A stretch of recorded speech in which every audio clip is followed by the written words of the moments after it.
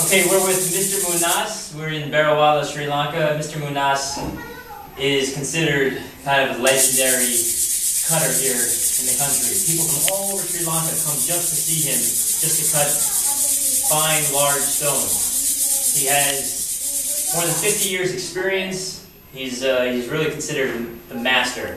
The way that the fine cutters work with dealers here is they usually negotiate for his services either for a percent of the profit or the percent of the stone when it sells.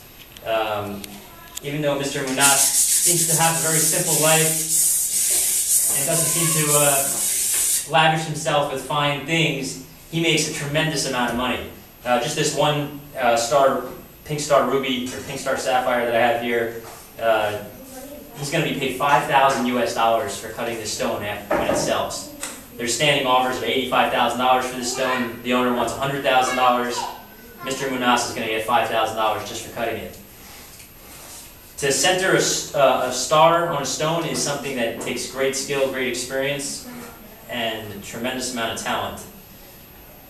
You can see that in this country where average people make anywhere from $100 to $200 a month for an average salary, for him to make $5,000 US for one stone to cut, which probably only took him maybe 5 to 6 hours, is pretty amazing. Goes to show the level of which he's getting paid.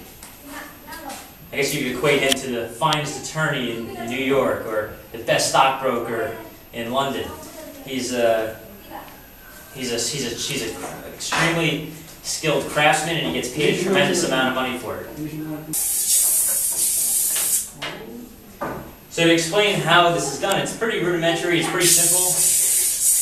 You've got a wheel that's got diamond powder on it, you got some water, and you just got something that doesn't require any electricity. Very simple. He feels the stone, he cuts it very slowly, and he has a lot of experience. So Mr. Munas is semi-retired now. He still cuts stones, but he's trained his son to kind of take over the family business. He also buys rocks, and he's still active, but it's on a part-time basis now. So one thing that I should mention that I think you'll find interesting is that even Mr. Munas, with 50 years of experience, day in and day out, buying stones, cutting stones, just recently he told us that he went up to Ratnapura and he bought a stone, paid for it, and then when he started to cut it, he saw that it was synthetic. So it's quite shocking, you would think, that somebody with 50 years experience, so much skill, could be swindled.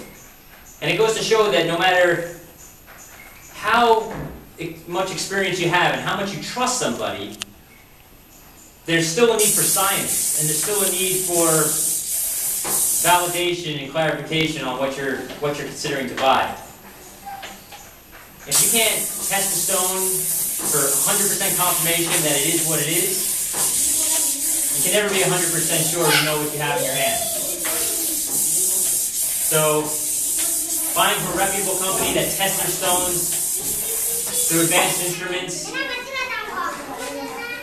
that's something very important and something that we're very proud of at the Natural Sapphire Company. So, reported from Barawala, Sri Lanka with Mr. Munas, legendary stonecutter. Hope you enjoyed this segment.